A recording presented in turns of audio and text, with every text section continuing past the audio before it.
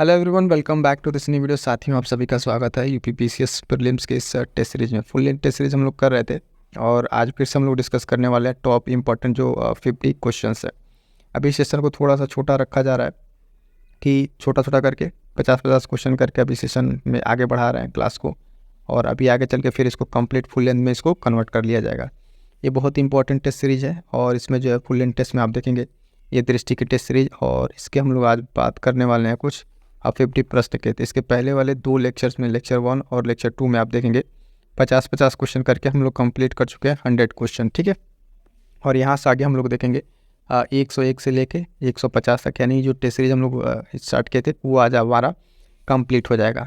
उसके साथ साथ एक दो चीज़ और बता दें कि RO जो समीक्षा अधिकारी है, इसके लिए मोस्ट इंपॉर्टेंट सेशन जो आप लोगों की बेहद डिमांड थी वो क्लास स्टार्ट हो चुकी है। क्लास क्या है? तो PYQ एनालिसिस है शॉर्ट नोट्स के जरिए, ठीक है। शॉर्ट नोट्स किस तरीके का है तो आप देखिए, शॉर्ट नोट्स है जो साथी ने एक बार देख लें कि इस तरीके से इसमें शॉर्ट नोट्स बना के आपको कंप्लीट रिवीजन कराया जाता है और सारे के सारे पॉइंट्स कवर होते हैं। ये इतनी इंपॉर्टेंट सेशन है कि ये आपके प्रीलिम्स वाले एग्जामिनेशन में सीधे सीधे प्रश्न मिलेंगे। और इसी तरीके से आपका UPPCS के लिए शॉर्ट नोट्स वाली क्लास आ गई है। जो साथी अब तक नहीं देखें उस क्लास को देख लें, और PDF के लिए मैं बता दूँ टेलीग्राम ज्वाइन जरूर कर लीजिए, वहाँ से आप PDF लीजिए। और एक बार फिर से मैं कह रहा हूँ, इतनी इंपॉर्टेंट ये क्लास है, ये आपको किसी बुक में नहीं मिलेगी इस तरह की क्लास, ठीक है। इसमें आपको सारे के सारे हैंड रिटन नोट्स हैं, अलग अलग बुक्स और बहुत सारी चीज़ों को कलेक्ट करने के बाद बनाया गया है। तो ये आपके लिए बहुत महत्वपूर्ण रहेगा, इस चीज़ को मिस ना कीजिएगा। और फिर से एक बार देखेंगे, एक नया बैच स्टार्ट हो गया है UPPCS प्रीलिम्स के लिए। आप देखेंगे डिटेल इन्फॉर्मेशन के लिए आप टेलीग्राम ज्वाइन कर लीजिएगा। बहुत ही नॉमिनल चार्ज पे स्टार्ट हो गई UPPCS के लिए भी। और एक और नया बैच आप देखेंगे RO री एग्ज़ाम्स के लिए, जो एकदम नए पैटर्न पर आपको प्रीलिम्स के लिए कंप्लीट प्रिपरेशन आपको उसमें मिलेगी। सारे के सारे test series, current affair, MCQ, ठीक है। उसमें सारी चीज़ें आप टेलीग्राम से जुड़ जाइए, और वहाँ से जुड़ने के बाद से क्या कीजिए, आप सारी इन्फॉर्मेशन ले सकते हैं और बैच से ज्वाइन हो जाइएगा। स्टार्ट करेंगे साथियों आज के अपने सेशन को, और देखेंगे 1 बाय 1 करके एक टेस्ट सीरीज के क्वेश्चन को। 101 नंबर कि यमुना नदी के संदर्भ में निम्नलिखित में से कौन सा कथन जो है सही है। तो 2 कथन दिया हुआ है यमुना नदी के संदर्भ में, और देखेंगे कौन सा इसमें सही है। पहला कह रहा है कि यह गंगा नदी की दाहिनी तट वाली सहायक नदी है, तो बिल्कुल सही बात है। और चंबल, सिंध, बेतवा, केन इसकी सहायक नदियाँ हैं। तो किसकी सहायक नदी है ये कह रहा है, ये यमुना की, यानी चंबल, सिंध, बेतवा और केन ये किसकी सहायक नदी बता रहा है, तो आपकी यमुना की। यानी दूसरा स्टेटमेंट भी आपका सही है। कह रहा है कि खुद का सही प्रयोग करके बताइए कौन सा सही है, तो यहाँ पे आपका राइट आंसर हो जाएगा ऑप्शन सी, 1 और 2 दोनों, ठीक है। तो 101 का राइट आंसर क्या हो जाएगा साथियों, देखेंगे आप सी राइट आंसर हो, दोनों सही है। और याद रखिएगा, जब गंगा नदी की दाहिनी तट वाली, देखिए यमुना नदी जो है, मान लीजिए गंगा नदी, ठीक है, ये नीले से गंगा बना दिया, इसमें आकर मिल रही है आपकी यमुना, ठीक। तो यमुना क्या हुई, ये गंगा की सहायक नदी। और जो बाकी 3 नदियाँ आपको दे रहा है, ठीक है, चंबल हो गया, सिंध, बेतवा, केन, ये क्या है, ये सब जो है ये यमुना के सहायक नदी है। तो इस तरीके से आप समझिएगा कौन किसकी सहायक नदी है, इंपॉर्टेंट रहता है। आगे बढ़ेंगे, देखेंगे अगला प्रश्न 102 कह रहा है कि नील कुरंजी जो निम्नलिखित में से किस राष्ट्रीय उद्यान की बहुतायत में उगता है। यानी सीधा पूछ रहा है कि नील कुरंजी जो है कहाँ पर उगता है। तो बांदीपुर राष्ट्रीय उद्यान, एराविकुलम राष्ट्रीय उद्यान, या निपुर्थी राष्ट्रीय उद्यान, या श्री वेंकटेश्वर राष्ट्रीय उद्यान। तो जो नील कुरंजी आप देखेंगे है ना, नील कुरंजी आपका जो उगता है ये एराविकुलम राष्ट्रीय उद्यान में जो है ये आपका मिलता है, ठीक है। जिसमें क्या है, ये एक तरह का विशेष तरीके का ये फूल है, और इसकी खासियत क्या है, ये लगभग आप देखेंगे 12 वर्ष में, ठीक है, 12 वर्ष में एक बार ये जो है ना, एक बार खिलता है। तो ये फूल की विशेषता है क्या, कि नील कुरंजी 12 वर्ष में एक बार उगता है, और कहाँ पे, एराविकुलम राष्ट्रीय उद्यान में आपको देखने को मिलेगा। और ये जो एराविकुलम है ये राष्ट्रीय उद्यान कहाँ है, तो ये पॉइंट भी आप जान जाइए, ये जो है आपका ये केरल में है। कहाँ पर है, केरल में, ठीक है। केरल में केरल के इडुक्की जिले में जो है ये स्थित है, ठीक। पश्चिमी घाट का हिस्सा ये माना जाता है। तो ये सारा पॉइंट्स आपको ध्यान में रखना है, ठीक है। आगे बढ़ेंगे, देखेंगे नेक्स्ट क्वेश्चन जो है, तो इसका राइट आंसर आपका बी हो जाएगा। आगे बढ़िएगा, देखेंगे नेक्स्ट क्वेश्चन 103 कह रहे हैं निम्नलिखित में से कौन जो है विश्व का सबसे बड़ा नदी द्वीप है, ठीक है। तो आप देखेंगे नौखानम नदी द्वीप, उमांगनंद नदी द्वीप, ठीक है, माजुली और बोर्नियो। तो कह रहा है नदी द्वीप पूछ रहा है आपसे, क्या पूछ रहा है, नदी द्वीप पूछ रहा है, नदी वाला द्वीप। तो इसमें से इसका राइट आंसर हो जाएगा साथियों ऑप्शन सी, माजुली नदी द्वीप। जो आप देखते हैं ये ब्रह्मपुत्र आप जब देखेंगे, ठीक है, नॉर्थ ईस्ट का मैप समझिए थोड़ा सा, ठीक। तो इसमें जब ब्रह्मपुत्र आती है, ठीक है, तो असम वाले रीजन में ये बनाता है कौन सा, एक माजुली, ठीक है, माजुली आइलैंड बनता है। और आपसे सबसे बड़ा द्वीप नहीं पूछा है, तो इसलिए आप बोर्नियो पर ना जाइएगा, ठीक है। नदी द्वीप की बात कर रहा है तो आपका ये माजुली नदी द्वीप जो हो जाएगा, है ना। ये क्या है, नदी द्वीप में सबसे बड़ा है। और सबसे छोटा अगर बात करें, विश्व का सबसे छोटा अगर नदी द्वीप की बात करें तो भी नाम आप यहाँ पे याद रखिएगा, जो उमानंद नदी द्वीप है, ये सबसे क्या है, सबसे छोटा है, ठीक है। छोटा में क्या, तो नदी द्वीप समूह है जो सबसे छोटा है, और माजुली जो है ये आपका सबसे बड़ा है, ठीक है। और ये यही राइट आंसर आपका हो जाएगा ऑप्शन सी। और ये स्थित कहाँ है, तो असम राज्य में स्थित है, ठीक है। असम में ब्रह्मपुत्र नदी पर आपका ये स्थित मिलेगा। आगे बढ़िएगा, देखिएगा नेक्स्ट प्रश्न जो क्वेश्चन नंबर 104। 104 क्या कह रहा है, निम्नलिखित में से कौन सा दर्रा और राज्य सही सुमेलित नहीं है, ठीक। तो एक तरफ राज्य दिया हुआ है, एक तरफ दर्रा दिया हुआ है, ठीक। तो कह रहे हैं इसमें कौन सा सुमेलित नहीं है। पहला कह रहे हैं जलेपला दर्रा सिक्किम, ठीक। तो जलेपला दर्रा सिक्किम बिल्कुल सही है। नीति दर्रा कह रहा है जम्मू एंड कश्मीर, ठीक है। नीति दर्रा जो कह रहा है जम्मू एंड कश्मीर, यही वाला आपका गलत है। नीति दर्रा आपका जम्मू एंड कश्मीर में नहीं, कहाँ पे है, उत्तराखंड में। कहाँ पे हो जाएगा, उत्तराखंड में। बाकी बोमडीला दर्रा अरुणाचल प्रदेश, ये भी सही है। माना दर्रा उत्तराखंड, ये भी सही है, ठीक। पूछा आपसे इसमें कौन सा है गलत, ठीक है। तो गलत के हिसाब से जब बता दिया हमने आपका कौन सा, बी वाला राइट आंसर होगा। अब बाकी 3 भी अन्य जो इसमें दिया हुआ है वो भी आपको याद रखना है, ध्यान रखिएगा। तीनों दर्रे, जलेपला दर्रा सिक्किम, बोमडीला दर्रा अरुणाचल प्रदेश और माना दर्रा उत्तराखंड। और इसके साथ साथ नीति दर्रा भी कहाँ पर आपको मिलेगा, उत्तराखंड में ही देखने को मिलेगा, ठीक है। तो ये सारे पॉइंट्स आपको क्या करना है, इसमें ध्यान रखने इंपॉर्टेंट रहेगा। बी राइट आंसर हो जाएगा। आगे बढ़ेंगे, देखेंगे नेक्स्ट प्रश्न। नेक्स्ट प्रश्न जो है, निम्नलिखित में से कौन सी सुरंग जो है एशिया की सबसे लंबी द्विमार्गी, है ना, राजमार्ग सुरंग है। द्विमार्गी कह रहा है और एशिया की सबसे लंबी। ऑप्शन देखिएगा, बनिहाल वाला कह रहा है, Qazigund tunnel, Jawahar tunnel, Nandni tunnel, या option D Shyama Prasad Mukherjee tunnel. तो इसका जो राइट आंसर हो जाएगा साथियों, आप देखेंगे, है ना, डी राइट आंसर हो जाएगा, श्यामा प्रसाद मुखर्जी टनल। ये जो है एशिया की सबसे लंबी सुरंग बनी है, ठीक। और भारत की ये सबसे लंबी राजमार्ग है, और इसकी लंबाई अगर आप देखेंगे तो ये लगभग 9 किलोमीटर के आसपास है। कितना, 9 किलोमीटर के आसपास इसकी लंबाई है। और ये जम्मू एंड कश्मीर में आपका स्थित है। कहाँ पे, जम्मू एंड कश्मीर में ये स्थित है। क्लियर है इसका। बात करेंगे अन्य जो टनल है, इसको पहले जान लीजिए। जो श्यामा प्रसाद मुखर्जी टनल है, ठीक। तो ये कहाँ से कहाँ तक किसके बीच में है, तो जम्मू एंड कश्मीर से उधमपुर के बीच में, ये मध्य में हिमालय पर्वत श्रृंखला में आपको स्थित देखने को मिलेगा। जवाहर टनल की अगर आप बात करेंगे, ठीक है, जवाहर टनल। और इसके साथ साथ कौन सा टनल है, जवाहर टनल आप देखेंगे बनिहाल सुरंग में आपको मिलेगा। कहाँ पे, बनिहाल सुरंग का नाम सुना होगा, बनिहाल, उसमें आपको मिलेगा। और जो नंदनी टनल है, ये आपका जम्मू कश्मीर श्रीनगर वाला राष्ट्रीय मार्ग पे क्या करेगा, ये आपको देखने को मिलेगा, ठीक है। ऑप्शन आपका यहाँ पर राइट आंसर जो है, ठीक, सबसे लंबा सुना ऑप्शन डी राइट आंसर हो जाएगा। आगे बढ़िएगा, देखिएगा नेक्स्ट प्रश्न, क्वेश्चन नंबर 106। राष्ट्रव्यापी कृत्रिम गर्भाधान कार्यक्रम जो है NEIP चरण फर्स्ट का शुभारंभ किया गया, कब किया गया था इसका शुभारंभ, तो आप देखेंगे इसका शुरुआत है 16-17 में, 19-20 में, 14-15 में, या फिर 11 से 12 में। तो राइट आंसर क्या हो जाएगा, क्वेश्चन नंबर 106। इसका जो राइट आंसर हो जाएगा साथियों, ये आपका राइट आंसर हो जाएगा ऑप्शन बी, है ना। 19-20 में इसको स्टार्ट किया गया था, ठीक है। इसको राष्ट्रव्यापी इस कार्यक्रम को कवर करने के लिए, और इसका जो उस किसके अंडर में चल रहा है, तो आप देखेंगे राष्ट्रीय गोकुल मिशन जो है, ठीक है। एक है राष्ट्रीय गोकुल मिशन, ठीक है, राष्ट्रीय गोकुल मिशन, उसके अंतर्गत ये चल रहा है और स्टार्ट किया गया था 19-20 में। तो इसको आप में ध्यान रखिएगा। आगे बढ़ेंगे, देखेंगे नेक्स्ट प्रश्न कह रहा है कि निम्नलिखित में से कौन सा जो है उत्तर प्रदेश GI टैग में जिला सुमेलित नहीं है, ठीक। तो जिला सुमेलित नहीं है। कालपी की बात कर रहा है, कालपी में हस्त निर्मित कागज़, ठीक है, कालपी में जो हस्त निर्मित कागज़ जो है ये सही है। उसके बाद से कह रहा है कि उसके बाद इसमें क्या बता रहा है कि महोबा, ठीक है, महोबा क्या कह रहा है, महोबा में गौरा पत्थर हस्तशिल्प, ठीक, ये भी अपने आप में सही है ना। संभल में बात करना हॉर्न क्राफ्ट, ये भी सही है। बाकी इसमें जो आपका जो नहीं सुमेलित है वो आपका कौन सा है, डी। तो डी वाला आपका सुमेलित नहीं रहेगा। इसमें इसका राइट आंसर क्या होगा, ठीक। तो जो इसका आपको गलत है, गृह सज्जा वाला, ठीक है। गृह सज्जा आपका किस में आएगा, ये आएगा बागपत में। किस में, बागपत, याद रखिएगा, ठीक है, बागपत याद रखिए। बाकी 3 जो है आपके ऑप्शन यहाँ पे जो मिले हैं वो सही है, ठीक। हमसे गलत पूछा गया था तो गलत आपका डी वाला ही, ठीक। गलत क्यों है ये भी बता दिए। गृह सज्जा आपका यहाँ पे बागपत का होगा। आगे बढ़िएगा, देखिएगा अगला प्रश्न। अगला प्रश्न है कि निम्नलिखित में से किस घटना के बाद जो है वल्लभ भाई पटेल को सरदार की उपाधि दी गई, ठीक है। सरदार की उपाधि इनको अलग से दी गई थी, किस घटना के बाद, तो असहयोग आंदोलन, नमक सत्याग्रह, या बारदोली सत्याग्रह, या भारत छोड़ो आंदोलन। तो राइट आंसर हो जाएगा ऑप्शन सी, ठीक है, ऑप्शन सी इसका राइट आंसर हो जाएगा साथियों। बारदोली सत्याग्रह के बाद से आप देखेंगे वल्लभ भाई पटेल को जो है सरदार की उपाधि दी गई। ठीक है, कब? बारडोली सत्याग्रह के बाद इनको ये उपाधि दी गई थी। ठीक, तो सी राइट आंसर आपका यहाँ पे हो जाएगा। आगे बढ़ेंगे, देखेंगे क्वेश्चन नंबर 109। 109 कह रहा है कि निम्नलिखित में से कौन सा अवध क्षेत्र का लोक नृत्य नहीं है? तो यूपी स्पेशल का ये प्रश्न बनेगा आपका।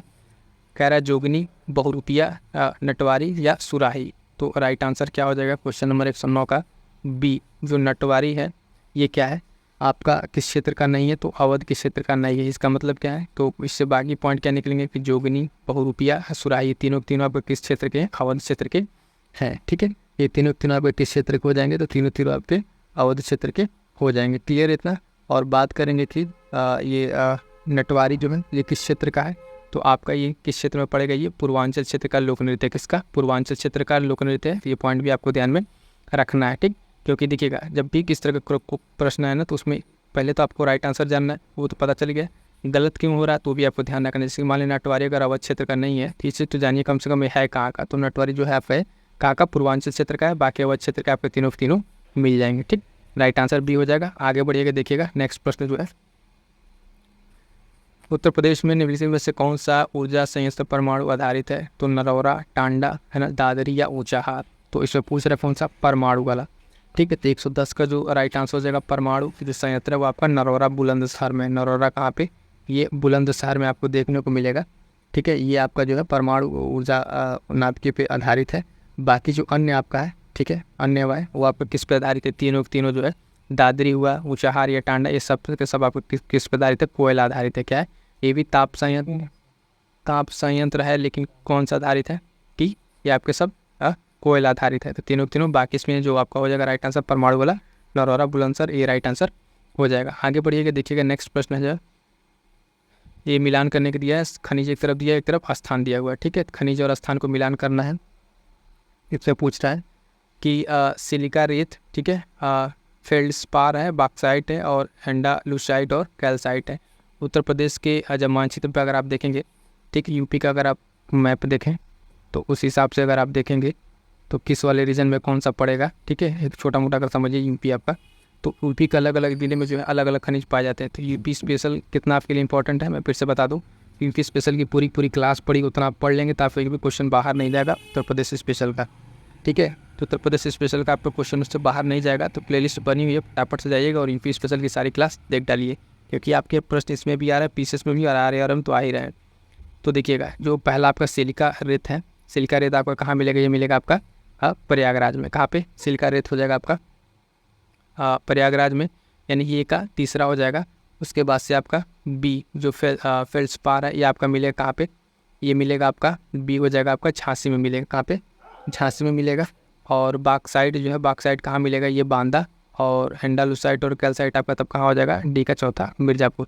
तो आप मिला लीजिए इसे। 111 का राइट आंसर किसमें बनेगा? ए का तीसरा और बी का पहला मिलाना। ए का तीसरा और बी का पहला कूट देख लीजिए क्या क्या है। तो ए का तीसरा इसमें भी नहीं है, आपका मिल गया ऑप्शन डी।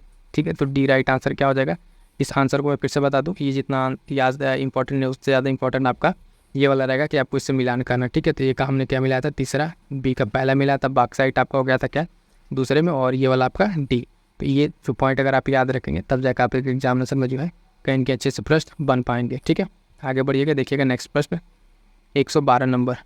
112 नंबर प्रश्न क्या कह रहा है, ध्यान दीजिएगा कि उत्तर प्रदेश बजट 2023-24 में निम्न संदर्भ में 21 और 22 में कृषि क्षेत्र का योगदान जो है कितना प्रतिशत था? तो 28%, 18, 24 या 37%। तो 112 का जो राइट आंसर हो जाएगा साथी वो है आपका ऑप्शन ए 28%। ठीक है, वर्ष 2021-22 में उत्तर प्रदेश की जीएसडीपी जो है यहाँ पर कितने प्रतिशत की आपको अनुमान था यहाँ पे? तो इस बीच में अगर आप देखेंगे तो आपका 28% कृषि का योगदान था। कितना? कृषि का जो योगदान है कितने का है ग्लोबल, वो 28% का यहाँ पे रहेगा। तो ये क्या हो जाएगा? 112 का ये राइट आंसर हो जाएगा। अगला प्रश्न है, ध्यान दीजिएगा कि रबी मौसम 2023-24 है तो गेहूँ का जो न्यूनतम समर्थन मूल्य जो है MSP मिनिमम सपोर्ट प्राइस कितना रखा गया है या फिर कितना है? तो 2015 रुपये प्रति कुंटल या 2010 है ना 2125 या 2115 रुपये प्रति कुंटल। तो 113 का जो आपका राइट आंसर हो जाएगा साथी वो हो जाएगा ऑप्शन बी 2125। ठीक है, 2125 रुपये प्रति कुंटल जो है ये रबी के मौसम की जो गेहूँ की फसल है उसके लिए MSP रखा गया है। तो ये राइट आंसर रहेगा, ध्यान रखिएगा, ठीक है। बाकी आगे बढ़िएगा, अन्य फसल है लेकिन जो इम्पोर्टेंट था आप यहाँ से देख लीजिएगा।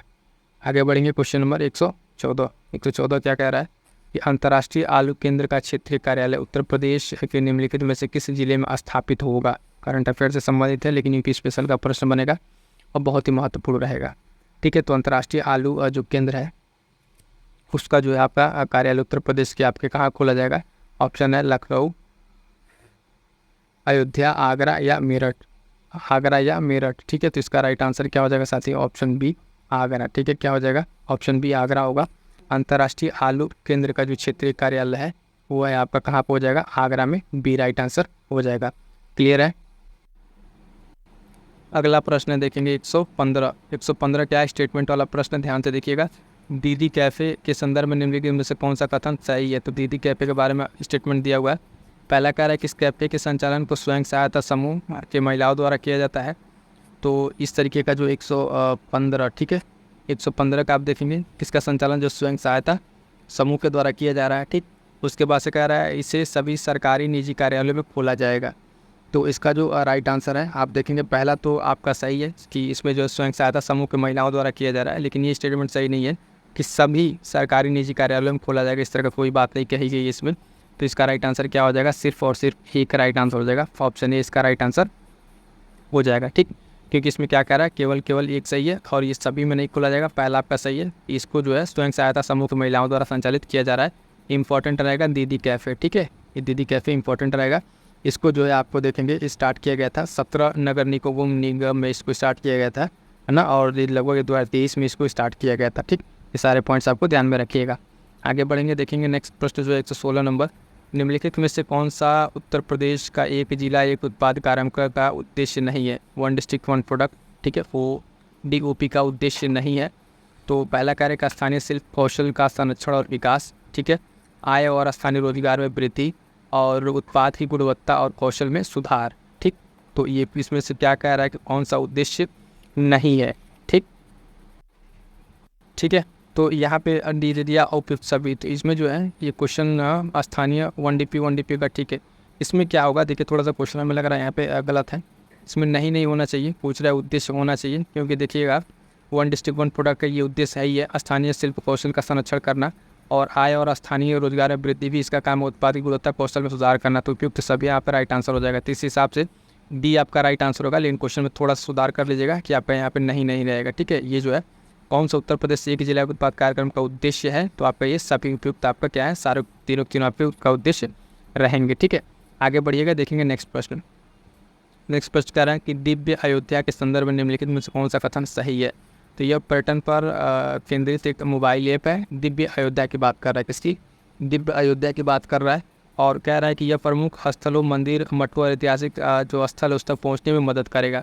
तो दोनों को दोनों आपका जो राइट जो है ऑप्शन सही है, 117, ठीक है। ये भी पहला ऑप्शन सही है कि दिव्य अयोध्या के बारे में आप देखेंगे, ये पर्यटन पर केंद्रित एक मोबाइल ऐप है, पहला सही है। और प्रमुख स्थल, मंदिर, ऐतिहासिक स्थलों को जोड़ेगा, वहाँ पे मदद करेगा पहुँचने में, ठीक। तो ये भी पॉइंट आपका सही है। तो राइट आंसर क्या हो जाएगा इसका, ऑप्शन सी राइट आंसर हो जाएगा। क्लियर है। आगे बढ़ेंगे, देखेंगे नेक्स्ट प्रश्न, क्वेश्चन नंबर 118। 118 क्या कह रहा है, ध्यान से देखिएगा कि निम्नलिखित में से कौन सा कथन जो है एक अधातु के बारे में सत्य है। तो 118 में आपको कह रहा है अधातु के बारे में। अधातु में कह रहा है चमक होती है, तो नहीं, ठीक है। यह बहुत कठोर होता है, नहीं।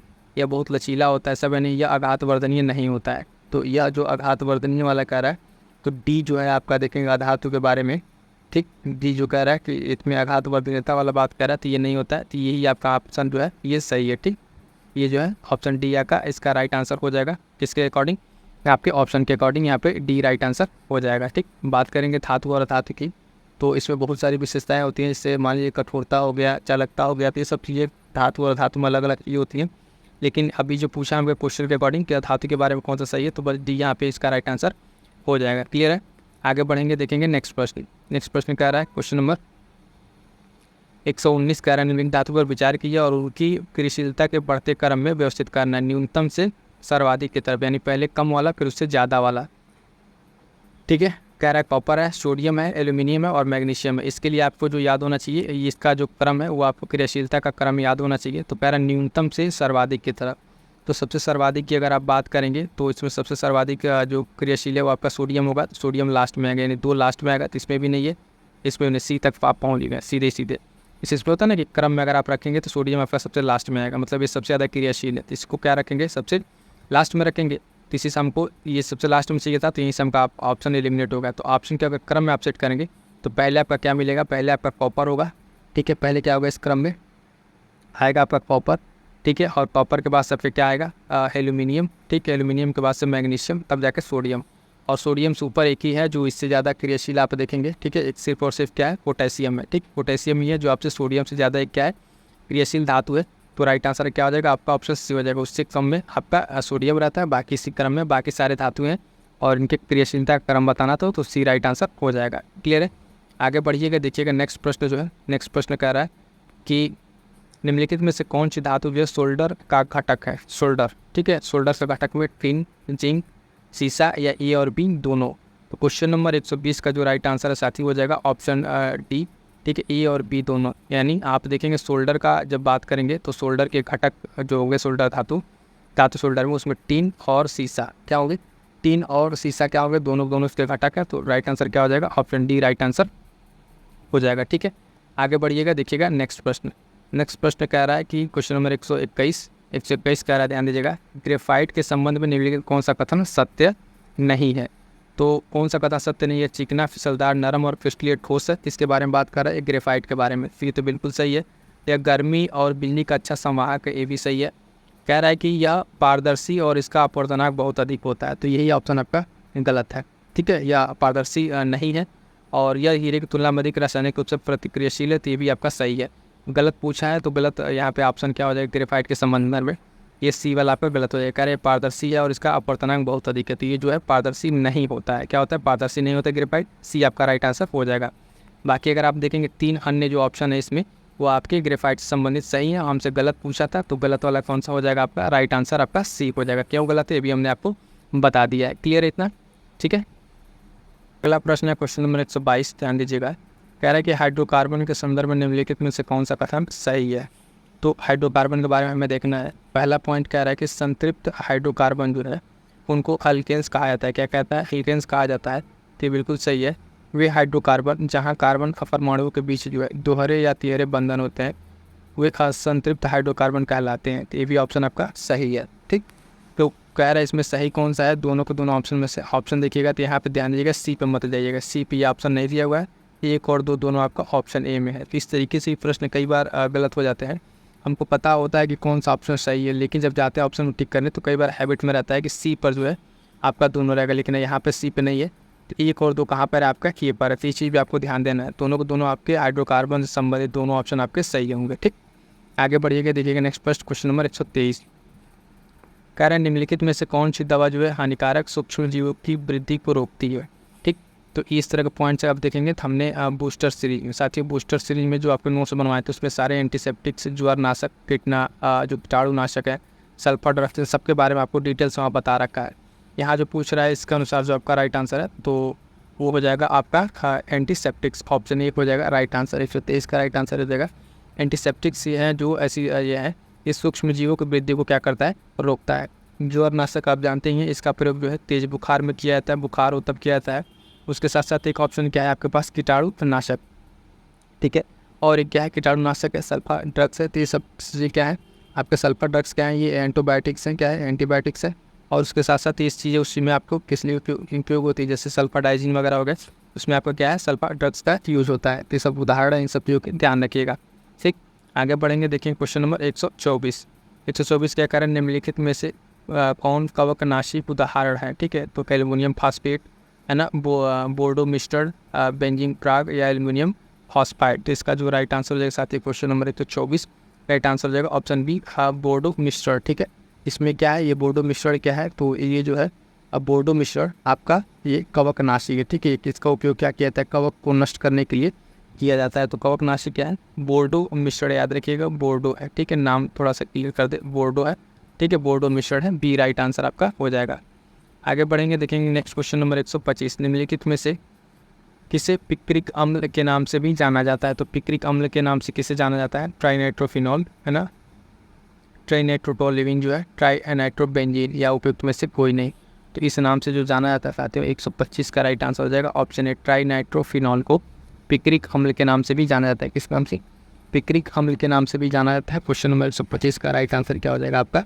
Option A. ठीक है, तो ध्यान दीजिएगा ट्राइनाइट्रोफिनॉल क्या है? ट्राइनाइट्रोफिनॉल जो है इसको जो है आप ये क्या कहते हैं, इसको पिक्रिक एसिड के नाम से भी जाना जाता है। और ये क्या है? एक तरीके का क्या है? विस्फोटक है। क्या है? विस्फोटक है। ठीक, ये पॉइंट ध्यान रखिएगा। ठीक, आगे बढ़ेंगे, देखेंगे नेक्स्ट प्रश्न। क्वेश्चन नंबर 126 कह रहा है कि निम्नलिखित में से कौन सी अदिश राशि नहीं है, यानी 3 अदिश राशियाँ हैं, एक कोई इसमें जो है अदिश नहीं है। क्या है? सदिश है। तो सदिश और अदिश क्या होता है पहले इसको जान लीजिएगा। सदिश में आप देखेंगे, सदिश में आपका डायरेक्शन भी रहेगा और परिमाण भी रहेगा। इसमें क्या है? इस वाले में डायरेक्शन नहीं रहेगा, अदिश में और सिर्फ परिमाण रहेगा। तो उस तरीके से देखेंगे तो इसमें हमें आयतन, घनत्व, ऊर्जा या संवेग। तो इसका जो राइट आंसर हो जाएगा साथियों 126 का राइट आंसर हो जाएगा ऑप्शन डी। संवेग में क्या है? आपका डायरेक्शन भी है, बाकी परिमाण भी है। तो ये सदिश राशि हो जाएगी। प्यारा अदिश नहीं है, तो यानी 3 तो इसमें अदिश है। कौन कौन अदिश है? आयतन है, घनत्व है और ऊर्जा। तीनों के तीनों अगर आप देखें, तीनों में परिमाण होता है, मैग्नीट्यूड होगा, लेकिन इसका डायरेक्शन का कोई अता पता नहीं है। ठीक है, बाकी संवेग में क्या होगा? आपका डायरेक्शन होगा। तो ये क्या है? सदिश राशि हो जाएगी। क्लियर है? तो आई होप सो कि क्वेश्चन आपको क्लियर होगा। ऑप्शन डी आ रहा है इसका राइट आंसर हो जाएगा। नेक्स्ट क्वेश्चन है क्वेश्चन नंबर 127 कह रहा है कि श्यानता के संबंध में निम्नलिखित में से कौन सा कथन सत्य है? तो कह रहा है यह तरल और गैस दोनों का गुण है। श्यानता क्या है? तरल और गैस का दोनों गुण है और उनसे पूछ रहा सही कथन। ठीक है, तो इसका जो है श्यानता के संबंध में जो है ये पहला आप देखेंगे ये, ठीक है, ये दोनों का ये गुण है, यही बात आपकी यहाँ पे सही है। दूसरा है गैसों की श्यानता तरल पदार्थों की तुलना में अधिक होती है।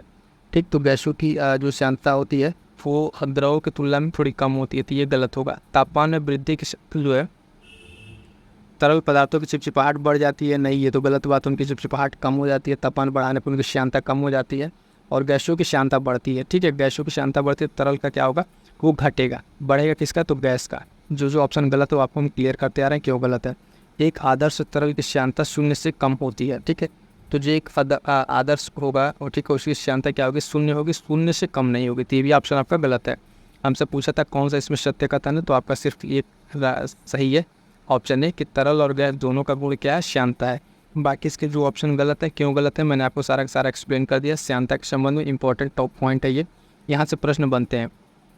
ठीक है, तो श्यानता जो है आप फिर से एक बार सुन लीजिएगा कि तरल और गैस दोनों का गुण है, ये बात सही है।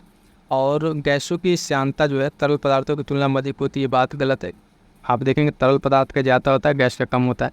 तापमान वृद्धि वाला बता ही दिया, आदर्श तरल की श्यानता 0 होती है, उससे कम नहीं होती है। ठीक, आई होप सो क्लियर हो गया। ऑप्शन ए राइट आंसर हो जाएगा।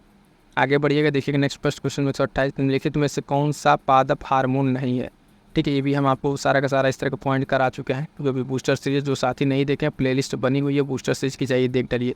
प्रीलिम्स में चाहे आर हो यूपीपीसीएस हो, आपको वहाँ से 30 से 35 प्रश्न सीधे सीधे देखने को मिलेंगे। तो इसलिए उस चीज़ को मिस ना कीजिए, जाइए फटाफट से देख डालिएगा। आगे बढ़ेंगे, देखेंगे इसमें क्या है। पादप हार्मोन नहीं है तो ऑक्सिन, एडेनिन, साइटोकाइनिन और जिब्रेलिन्स।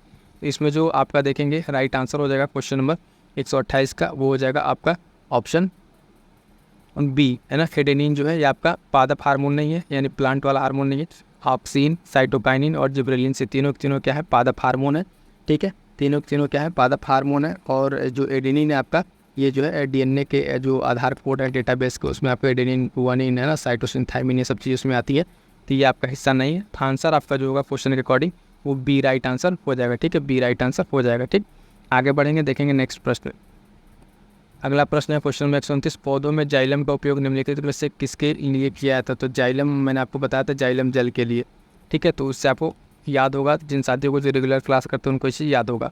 जड़ों से तने तक और पत्तियों तक पानी पहुंचाना। ठीक है, तो यही बात आपका सही है। पानी पहुंचाने काम एक पौधे के चारों ओर महत्वपूर्ण शर्करा, बाकी चीज़ बनाना उन्होंने खनिज नहीं काम करता है। प्रजनन में मदद करता है, ऐसा कुछ नहीं। परागण में मदद करता है, नहीं। तो राइट आंसर क्या हो जाएगा? जड़ों से तने और पत्तियों तक क्या करता है? पानी पहुंचाता है। मैंने आपको याद कराया था, जाइलम जो है जल लेकर जाएगा, जाइलम जल लेकर जाएगा। ठीक है, तो इसी ध्यान रखिएगा। ठीक, और बताया था आपको एक पॉइंट इसमें जो फ्लोएम के बारे में बताया था। ये फ्लोएम जो है फ्लोएम के बारे में वो क्या बताया था कि वो जो इसको फूड वगैरह को लेके क्या करेगा? कंजर्व करेगा, वो सब चीज़ों को लेकर पढ़ेगा आगे। ठीक है, तो राइट आंसर जो है हमने यहाँ पे आपको बता दिया क्या, option A he right answer है। ठीक, पत्तियों तक पानी पहुँचाने वाला। अगला पॉइंट है कि क्वेश्चन नंबर 130 में क्या कह रहा है? कह रहा है कि मेके सिंड्रोम, ठीक है, मेंके सिंड्रोम किसकी कमी से संबंधित है? आयोडीन, विटामिन सी, कैल्शियम या कॉपर। तो इसका जो राइट आंसर हो जाएगा साथी 130। इसका राइट आंसर हो जाएगा ऑप्शन डी, ये जो है कॉपर है ना। मेंके रोग जो है ये जो है कॉपर के कमी से जो होता है संबंधित रोग है, ठीक है। कॉपर इसमें राइट आंसर हो जाएगा ऑप्शन डी, ठीक। तो मेके सिंड्रोम याद रखिएगा, सीधे सीधे इससे कैसे संबंध है, इससे संबंधित है। आगे बढ़ेंगे, देखेंगे क्वेश्चन नंबर 131। 131 क्या कह रहा है, देखिए कह रहा है रिवर्स ट्रांसक्रिप्शन जो पॉलीमरेज चेन रिएक्शन है, ठीक है, RT-PCR, इसमें रिवर्स ट्रांसक्रिप्ट है क्या है। तो रिवर्स में होता है क्या, इसमें DNA का RNA में रूपांतरण नहीं, RNA का DNA में रूपांतरण, यही सही है, ठीक है। 131 का जो है आपका बी राइट आंसर हो जाएगा, ठीक है। इसमें रिवर्स ट्रांसक्रिप्शन क्या है कि RNA का DNA में रूपांतरण ये आपका रिवर्स ट्रांसक्रिप्शन है, ठीक है। RNA की श्रृंखला का बनना ऐसा भी कुछ नहीं, इनमें से कोई नहीं। तो राइट आंसर क्या हो जाएगा साथी 131 का ऑप्शन बी, RNA का DNA में रूपांतरण क्या है, रिवर्स ट्रांसक्रिप्शन आपको देखने को मिलेगा, ठीक। आगे बढ़ेंगे, देखेंगे क्वेश्चन नंबर 132। 132 क्या है, विटामिन दिया हुआ है। इस तरह का क्वेश्चन कितने सारे आपके पास आ चुके हैं पॉइंट्स, तो आई होप सो कि ये प्रश्न आपका गलत नहीं होना चाहिए। विटामिन दिया, इसकी कमी मैं आपको बताता रहता हूँ कि यहाँ से प्रश्न आपके बनते ही बनते हैं, तो इसी तरीके से प्रश्न आपको टेस्ट सीरीज में देखने को मिल रहा है।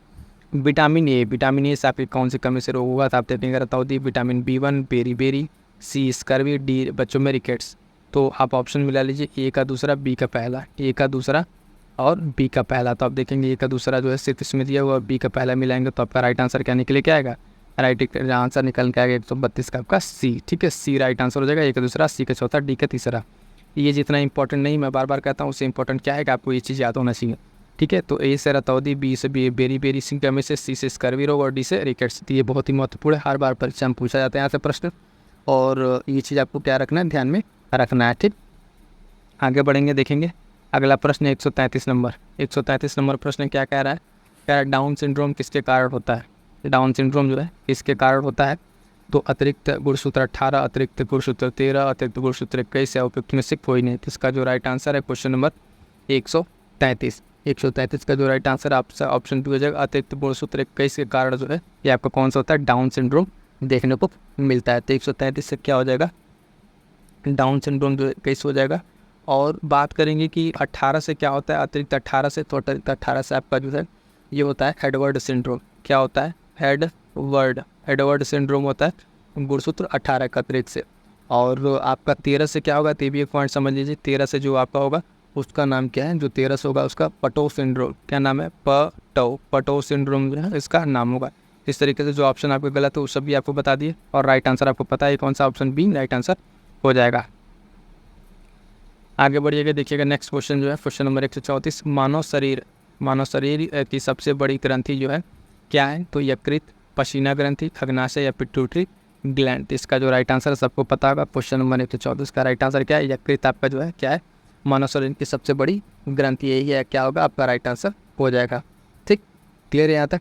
आगे बढ़िएगा, देखिएगा नेक्स्ट प्रश्न कह रहा है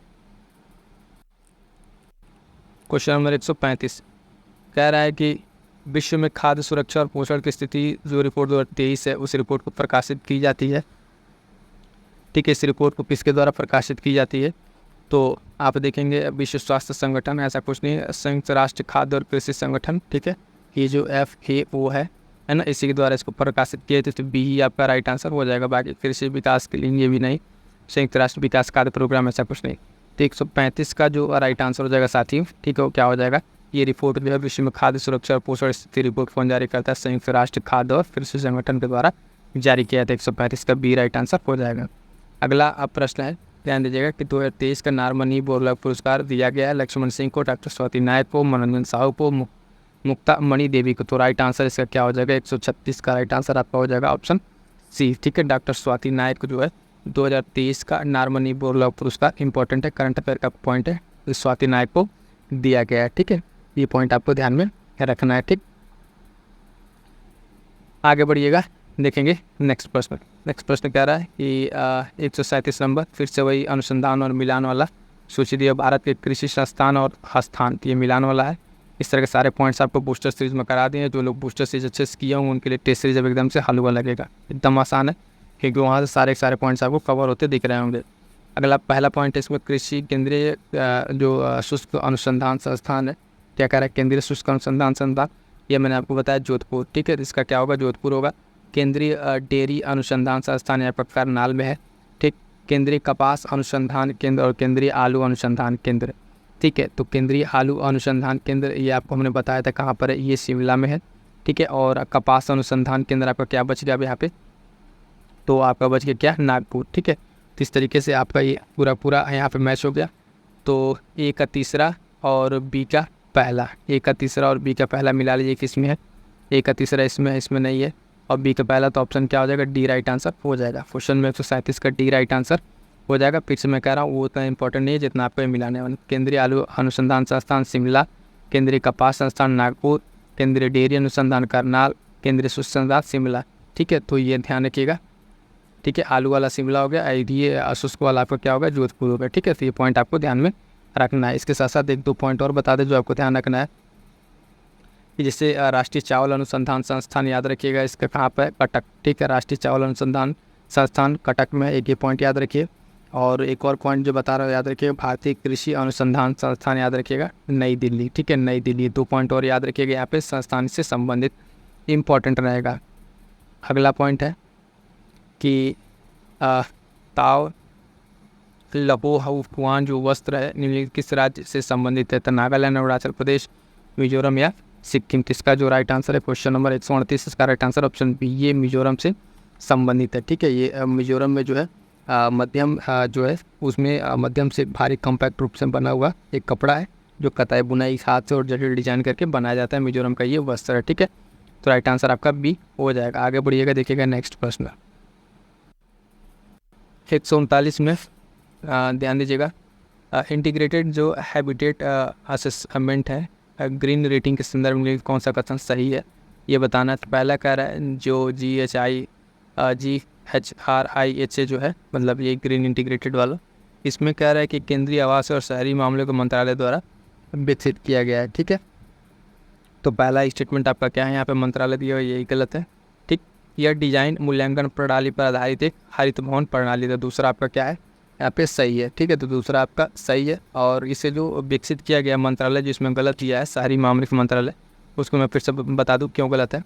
तो यहाँ पे आपका जो रहेगा ये ऊर्जा और नवीकरणीय, जो नवीन और नवीकरणीय ऊर्जा मंत्रालय है, नवीन एवं नवीकरणीय ऊर्जा मंत्रालय, उसके द्वारा इसको विकसित किया गया, न कि केंद्रीय आवास मंत्रालय के द्वारा। पहला गलत होगा, दूसरा सही होगा, हमें सही उत्तर बताना है। तो कौन सा राइट आंसर हो जाएगा साथियों, 139 का आपका राइट आंसर क्या हो जाएगा, यहाँ पे बी राइट आंसर हो जाएगा, केवल बी, ठीक है, केवल बी राइट आंसर हो जाएगा। आगे बढ़ेंगे, देखेंगे नेक्स्ट प्रश्न। नेक्स्ट प्रश्न कह रहा है कि जलवायु अनुकूल कृषि पर जो है, जलवायु अनुकूल कृषि पर राष्ट्रीय नवाचार शुरू किया गया था, तो 2008 में, 11, 9 या 12 में। तो राइट आंसर क्या हो जाएगा कि अनुकूल कृषि पर राष्ट्रीय नवाचार जो है आपका शुरू किया गया था कब, तो आप ध्यान दीजिएगा, इसको शुरू किया गया था फरवरी 2011 में, सी राइट आंसर हो जाएगा, ठीक। इसको जो भारतीय कृषि अनुसंधान परिषद जो है, भारतीय कृषि परिषद IC है ना, IC, हाँ, ठीक है, ये इस परिषद अनुसंधान के द्वारा, कृषि अनुसंधान परिषद के द्वारा इसको शुरू किया गया था 2011 में, ठीक है। तो ये पॉइंट इंपॉर्टेंट रहेगा, ध्यान दीजिएगा, सीधे सीधे कभी डेट भी आपसे पूछ लेता है। अगला प्रश्न है साथियों कि एक जो है यह एक खेत ही में 2 या 2 से अधिक फसल उगाने के साथ साथ पहली फसल का विकास पूरा होने के बाद दूसरी फसल उगाना यह कहा जाता है।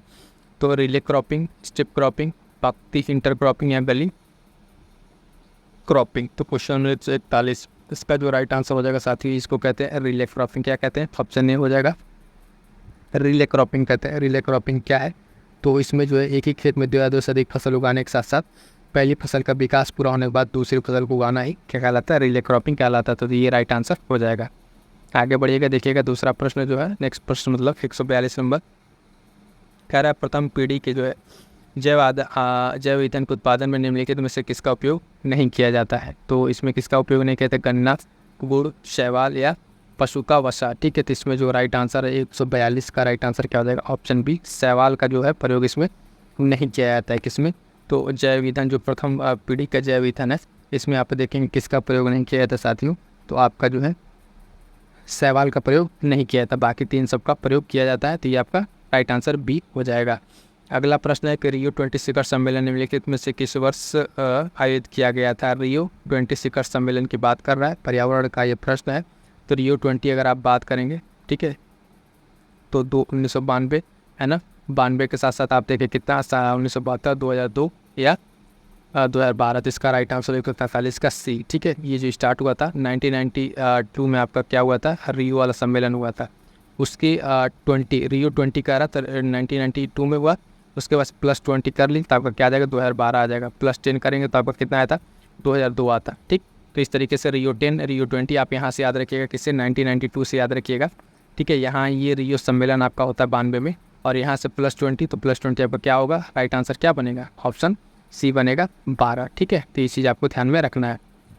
अगला प्रश्न है साथियों कि 144 निम्नलिखित में से कौन जलवायु परिवर्तन पर राष्ट्रीय कार्य योजना का हिस्सा है। ठीक है, तो राष्ट्रीय जल मिशन, उन्नत ऊर्जा दक्षता के लिए राष्ट्रीय मिशन, ठीक, उसके साथ सतत आवास पर राष्ट्रीय मिशन, राष्ट्रीय सौर मिशन। ये चारों के चारों आप देखेंगे, चारों के चारों क्या है, इसके हिस्सा है। ठीक है, तो इसका जो राइट आंसर हो जाएगा, चारों किसमें दिया हुआ, ऑप्शन डी में राइट आंसर हो जाएगा।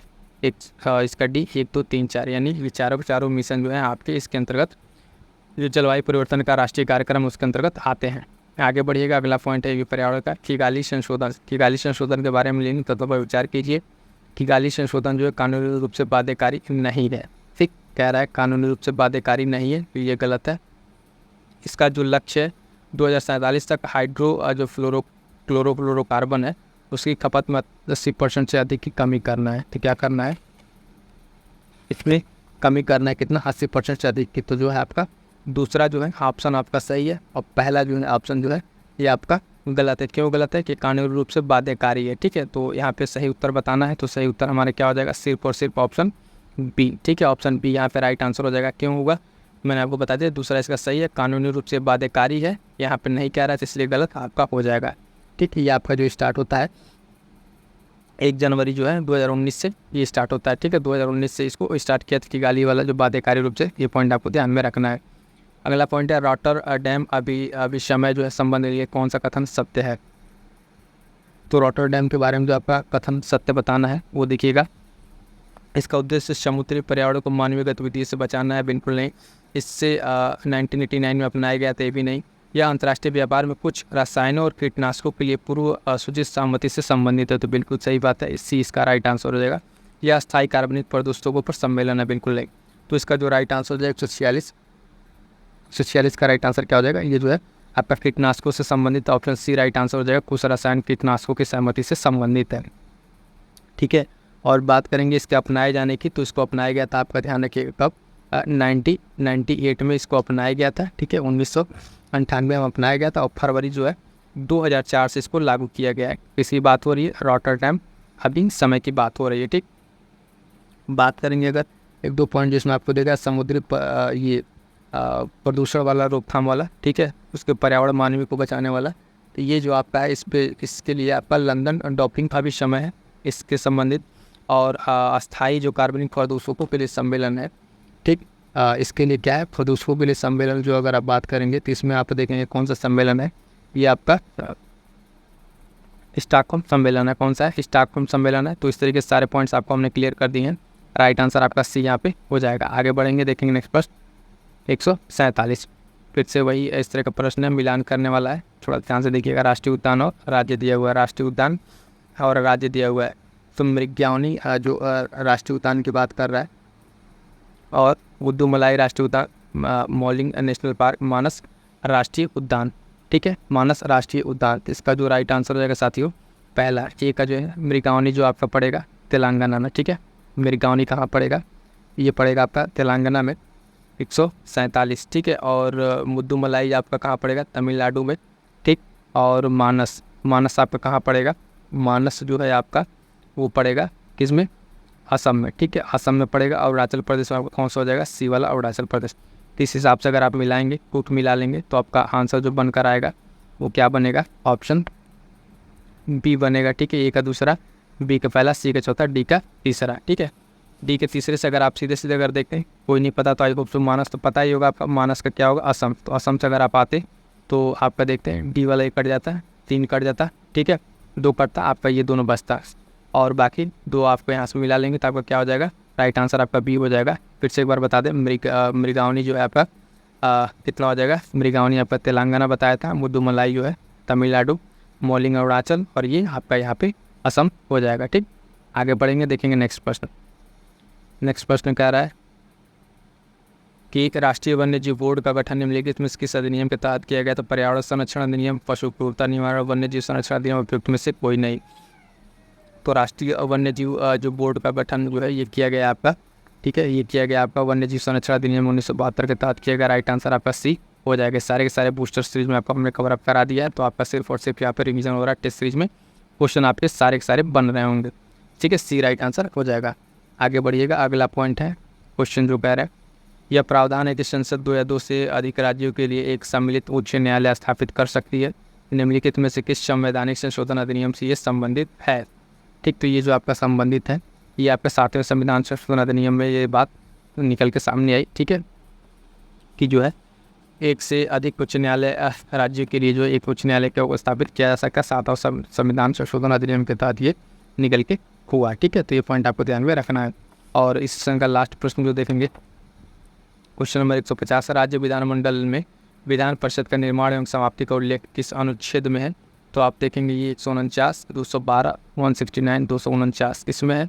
तो राइट आंसर इसका क्या हो जाएगा? ऑप्शन बी हो जाएगा, अनुच्छेद 169 में। इसमें क्या है, संसद जो है वो विधान परिषद को समाप्त कर सकती है, ये बात किसमें 169 में बताया गया। ठीक है, तो 150 का राइट आंसर बी हो जाएगा। यहाँ तक देखेंगे साथियों जो है आपका, है ना, तो 150 क्वेश्चन, ठीक है, ये कंप्लीट हो गया आज के पूरे क्वेश्चन। ठीक, अभी आप हैं ये वीडियोस देख रहे हैं, यहाँ से यूपीपीसीएस प्रीलिम्स के लिए बहुत सारी चीज़ें, इंपॉर्टेंट चीज़ें आपके लिए अवेलेबल हैं। जैसा कि मैं बताऊँ कि देखेंगे यूपीपीसीएस के लिए करंट अफेयर, ये करंट अफेयर कंप्लीट महामैराथन है आपका, जनवरी से लेके अगस्त तक का। ठीक है, कंप्लीट इसमें 500 से ज़्यादा इंपॉर्टेंट क्वेश्चन कवर अप है। और उसके साथ साथ इन्वायरमेंट की कंप्लीट एक वीडियोज़ आ गई है। ठीक है, इसको जाकर आप कंप्लीट एक वीडियो में आप इसको कंप्लीट कीजिए फटाफट से, ये भी वीडियो आने वाला है। और जो आ गया है उसमें देखेंगे कि एनसीएंट का आपका कंप्लीट आया हुआ है, इसमें क्या है कि कंप्लीट रिवीजन आपको एक वीडियो मिल जाएगा। तो इस तरीके से यहाँ से आप इस चैनल के माध्यम से जुड़ के रिवीजन अपने कीजिए। तो उसके साथ साथ जनवरी के कुछ important current affair test series के माध्यम से इसको कंप्लीट कराया जा रहा है। ठीक है, एक सेशन ये चल रहा है। ठीक है, बाकी देखेंगे फुल लेंथ टेस्ट सीरीज चल रही है। और ये बहुत महत्वपूर्ण कुछ अलग से सेशन है जो आपके लिए बहुत ही महत्वपूर्ण है, जैसे संविधान संशोधन से परीक्षा में प्रश्न आता है, तो इस तरह की वीडियोज़ भी चैनल पर अवेलेबल है। ठीक है, Uttar Pradesh budget special complete करा दिया गया है, जहाँ से आपको 2 से 3 प्रश्न देखने को मिलेंगे। मोस्ट इंपॉर्टेंट डिसीजन होने वाला है और एक बहुत ही इंपॉर्टेंट वीडियो आने वाली सरकारी योजनाओं को लेकर। ठीक है, तो ये सब सारी चीज़ें रहेंगी, फटाफट से आप जुड़ जाइए और यहाँ से जुड़िए। उसके साथ साथ आप देखेंगे पीडीएफ के लिए क्या कीजिए, टेलीग्राम से जुड़िए, यहाँ से चीज़ें आपको अपडेट मिलती रहेंगी। और इतनी सब चीज़ों को अपने साथ कीजिए। और अंततः मैं एक चीज़ कहना चाहूँगा, अपनी तैयारी पे विश्वास रखिए, आपने जो पढ़ा है वहीं से चीज़ें आएंगी। ठीक है, रिवाइज़ करते रहिएगा। ठीक है, रिवाइज़ करते रहिएगा, बार बार चीज़ों को पढ़िए, रिवाइज़ कीजिए, जो चीज़ छूट गया उसको छोड़िए, बाकी जितना पढ़ा उसको रिवाइज़ कीजिए, अच्छे से तैयार कीजिए और सीसेट पे खास कर ध्यान रखिएगा। मिलते हैं किसी नेक्स्ट वीडियो में, तब तक के लिए thank you so much. Further आपके कोई कमेंट्स वगैरह रहते हैं तो आप कमेंट करके ज़रूर बता दीजिएगा।